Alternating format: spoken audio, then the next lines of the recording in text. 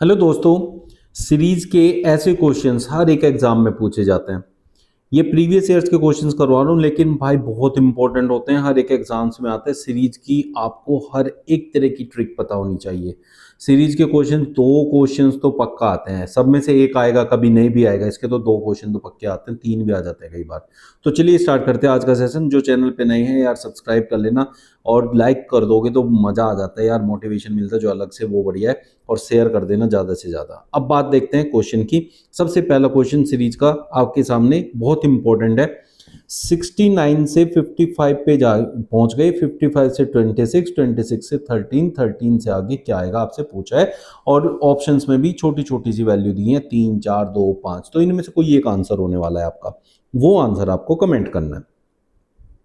तो इसमें जो आप लॉजिक लगाओगे जब भी आप क्वेश्चन देखोगे, तो पहली बात तो आप ये देखो, बड़ी संख्या से एक छोटी संख्या हो रही है, फिर उससे छोटी, फिर उससे छोटी। तो ऐसा जो केस होता है, वो केसेस सिर्फ और सिर्फ अंतर के होते हैं, लेकिन उन अंतर में पैटर्न छिपा होता है।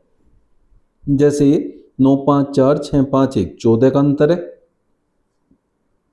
अब 26 दूनी 52, 26 और 3 29 होते, और यहाँ 13 आ गया अंतर। अब अगर अंतर की तरफ जाएं तो पहले अंतर 14 का था, फिर 29 का हो गया, फिर 13 का हो गया। और आपकी छोटी संख्याएं होती जा रही हैं। जब छोटी संख्याओं में अंतर में कोई पैटर्न ना बने तो उसे हटाओ। ठीक है, फिर भाग से हो सकता है। अब ये भाग से करें तो भाग में कोई संख्या किसी की आ नहीं रही है, तो ठीक है, इसे भी हटाओ। फिर जब ऐसे क्वेश्चन होते हैं, फिर उनमें अंकों पे जाते हैं। अब ध्यान देना अंकों पे। जैसे 6 और 9 है, 6 और 9 की मैं मल्टीप्लाई करूं तो कितना होता है 54। और जो उसके आगे लिखा है मैं उसके आसपास पहुंच गया कि नहीं पहुंच गया। ऐसे ही इन दोनों अंकों की गुणा करो, 5 गुणा 5 कितना होता है 25। तो मैं देखो इसके पास पहुंच गया कि नहीं पहुंच गया, इससे एक ज्यादा। यहाँ देखो ना, एक ज्यादा।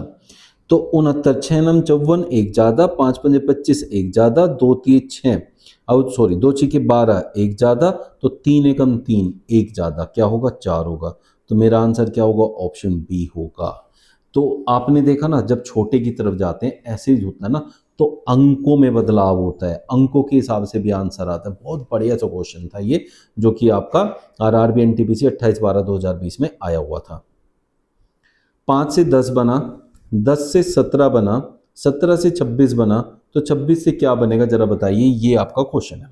ठीक है, 5 से 10 पे जाने के दो तरीके हैं, या तो 5 में मैं 5 जोड़ दूं, या तो मैं 5 का डबल कर दूं, है ना। ऐसे ही तो जाते हैं, दोनों तरीके से मैं जा सकता हूं 10 पे। अब जोड़ना कब होता है और गुणा कब करना होता है, दोनों केसेस को समझो। जब आगे हम देखें, सीरीज 5 से स्टार्ट हुई और 26 पे पहुंची है, 3 से 4 स्टेप हो गए, बहुत ज़्यादा दूर नहीं गई है, तो आपको जोड़ना है, मल्टीप्लाई नहीं करना है। अगर यहाँ ये 5 से स्टार्ट हुई होती और यहाँ थोड़ी बड़ी संख्या बन गई होती, तब हमें गुणा की तरफ जाना था। ये होता है डिफरेंस, जहाँ आप गुणा और प्लस को खुद से पहचान लेते हैं। अब मैं यहाँ देखूँ तो +5, 5 + 5, तो मैंने +5 किया, फिर उसके बाद यहाँ +7 किया। ठीक है, फिर इसके बाद मैंने 17 और 9 26, तो मैं दो दो के अंतर पे बढ़ाता जा रहा हूँ सीरीज को। 5 7 9, फिर आगे +11 होना चाहिए।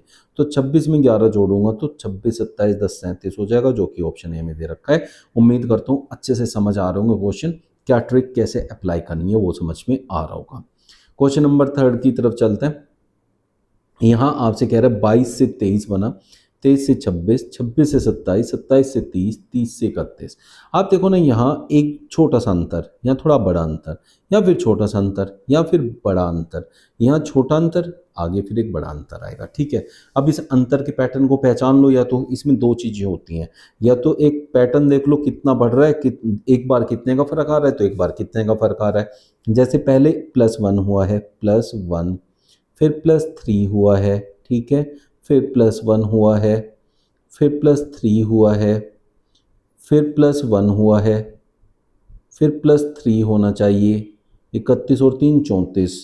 दूसरा इसका तरीका क्या है, जब भी ऐसे होते हैं अनइवन डिस्ट्रीब्यूशन, तब आपके पास दो सीरीज होने के ज़्यादा चांसेस होते हैं। 22 4 26, 26 4 30, 30 4 34।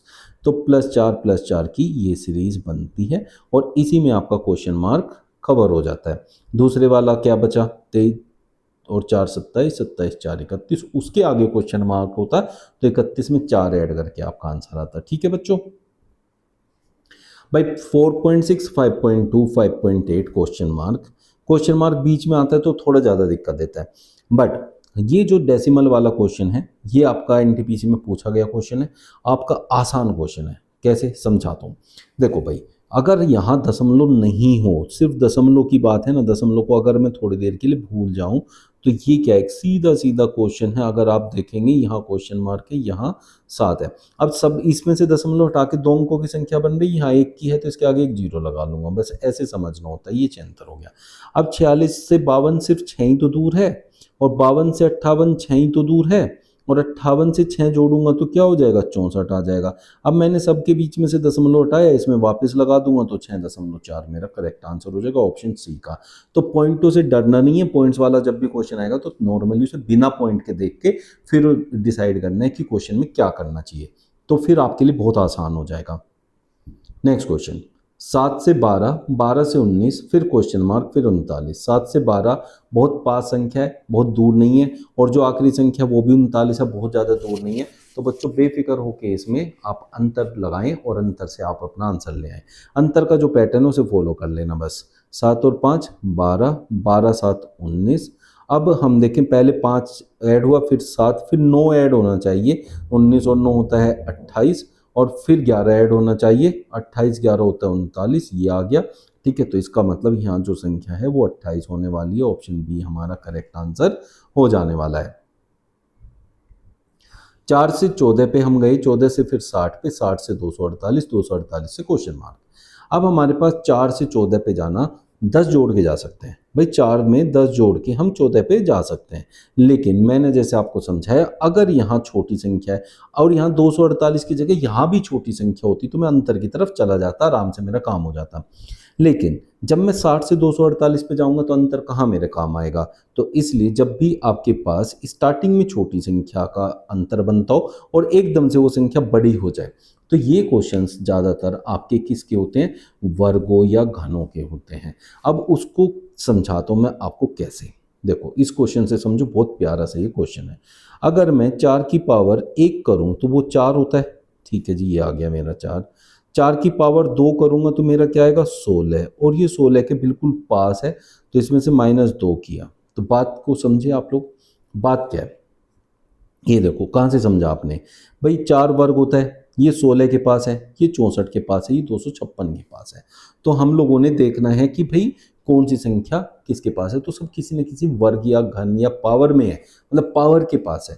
तो इसलिए हम यहाँ पावर्स का यूज करेंगे। ठीक है, अब हमने यहाँ 4 की पावर 3 किया तो 64 के पास, 4 की पावर 4 किया तो 256 के पास, क्योंकि 4 की पावर 4 256 होता है। तो अगला आंसर 4 की पावर 5 के पास छिपा हुआ होगा, 4 की पावर 5 1024 होता है। अब इस 1024 में से माइनस क्या करना है वो आप समझो। ये जैसे यहाँ 4 की पावर 1 किया तो वहाँ से मैंने 0 माइनस किया, 4 आया। 4 की पावर 2 किया, 16 आया, उसमें से 2 माइनस करके 14 आया। 4 की पावर 3 किया था, 4 चौक 16 चौके 64, वहाँ से 4 माइनस किया था। ठीक है, फिर 4 की पावर 4 256 होता है, वहाँ से मैंने 8 सब्ट्रैक्ट किया। तो आप बात को समझो, यहाँ 2 दूनी 4, यहाँ 4 दूनी 8, 8 दूनी 16। इसका मतलब इस बार मुझे 16 माइनस करना है। तो पैटर्न 2 समझने थे कि पावर में क्या पैटर्न बना हुआ है और जो इनके अंतर कर रहे हैं, मतलब माइनस जो कर रहे हैं उसमें क्या पैटर्न बन रहा है। भाई 24 में से 16 जाएगा तो कितना बचेगा, 8 बचेगा, है ना। 1008 मेरा आंसर हो जाएगा। ठीक है बच्चों, 1008 ये हमारा आंसर हो जाएगा। ये ऑप्शन जो है गलती से मैंने यहाँ लगा दिए हैं, तो ये करेक्ट आंसर है 1008। इसके लिए मुझे माफ़ कीजिए। इसके करेक्ट आंसर, इसके करेक्ट ऑप्शन थे 1012, एक ऑप्शन था इसका 1008, एक ऑप्शन था इसका बच्चों 1020, और एक ऑप्शन था इसका 1000 जो है 16। ठीक है, ऐसे इसके ऑप्शंस बना सकते हो, मैंने खुद से बना दिए। तो ये 4 ऑप्शन थे जिसमें से मेरा आंसर है ऑप्शन बी। तो ये मेरा करेक्ट आंसर हो जाएगा। इस चीज़ के लिए आप लोगों को मुझे माफ़ी दें, ये मतलब आगे से देखेंगे इसको कि भाई इसकी प्रिंट जो है वो मतलब सही से हो। ठीक है, चलो नेक्स्ट क्वेश्चन की ओर मूव करते हैं। 4 से 16 बना, फिर 40 बना, फिर पूछा है क्या बनेगा। ठीक है, 4 से 16 बहुत पास है, 16 से 40 भी बहुत दूर नहीं है, और 40 से आगे कुछ जोड़ूंगा तो भी ऑप्शन मेरा मैच कर सकता है। तो ये अंतर का क्वेश्चन है, सीधा अंतर लगाऊंगा। 4 में मैंने 12 जोड़ूंगा तो 16 आ जाएगा, फिर 16 में 16 से 40 बनाने के लिए मुझे 24 जोड़ना है, तो मुझे आगे क्या जोड़ना है, तो उसके लिए अंतर का पैटर्न समझो। पहले 12 फिर 24, 12 का डबल 24 होता है, तो 24 का डबल 48 अगर मैं जोड़ूँ तो मुझे आंसर मिल जाएगा, जो कि 88 बन जाएगा 40 में जोड़ के। तो इसका मतलब यहाँ 88 होना चाहिए, और जो कि ऑप्शन, अब यहाँ 98 88 दोनों बना दिए, ये 88 ले लो, तो ऑप्शन डी आपका करेक्ट आंसर हो जाएगा, 88 बनेगा। ठीक है बच्चों। नेक्स्ट क्वेश्चन में कह रहा है 2 7 14 23, तो आगे क्या आएगा, 2 7 14 23, ये भी बहुत छोटी छोटी संख्याएं हैं, तो अंतर से आ जाएंगी, 2 और 5 7, फिर 7 और 7 14, 14 और 9 23, तो 5 2 7 2 9 2 11, इस बार मतलब मुझे 11 ऐड करना है, 23 और 1 24 10 34, तो ऑप्शन डी मेरा करेक्ट आंसर हो जाएगा। यहाँ 3 से 27 आया, 27 से 243, आगे क्वेश्चन मार्क। जैसे ही हम 27 देखते हैं तो हमें लगता है कि क्यूब किया होगा 3 का, लेकिन यहाँ 243 देख के फिर कई बच्चे तो कंफ्यूज हो जाते हैं, सोचते हैं हाँ 243 भी तो होता है, लेकिन वो 343 होता है। तो जी हाँ, 243 और 3 किसी का घन नहीं होता। तो 27 को देख के खाली आप अपना एक आइडिया नहीं लगाएंगे कि सिर्फ घन का क्वेश्चन है, घन का नहीं है। बड़ी संख्या जाने के लिए सिर्फ घन और वर्ग जरूरी नहीं होते, गुना भी हो सकती है। तो 3 से 27 लाने के लिए मैं 9 गुना भी तो कर सकता हूँ, और 27 से का 9 गुना होता है 243। इसका मतलब क्या है, मेरे को 9 गुना करना है हर बार। एक पैटर्न बना हुआ है 9 गुने का यहाँ।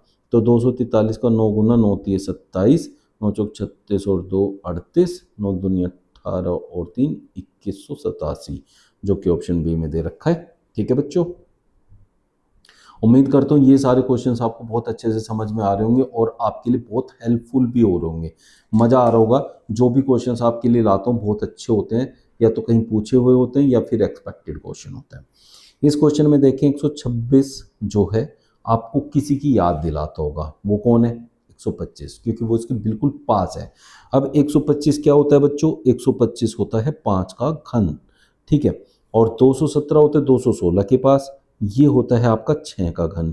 तो इसका मतलब ये 7 का घन होगा, जी हाँ 7 का घन 343 होता है, ये उससे एक ज़्यादा है। तो सब एक एक के घन से सब एक एक ज़्यादा है 7 का घन, तो इसका मतलब मुझे 8 के घन पे जाना है और उसमें एक ऐड करना है। 8 का घन होता है 512, प्लस 1 करूँगा तो 513 मिलेगा, ऑप्शन सी हमारा करेक्ट आंसर हो जाएगा। कैसा लगा ये आज का सेशन, कमेंट करके बताना।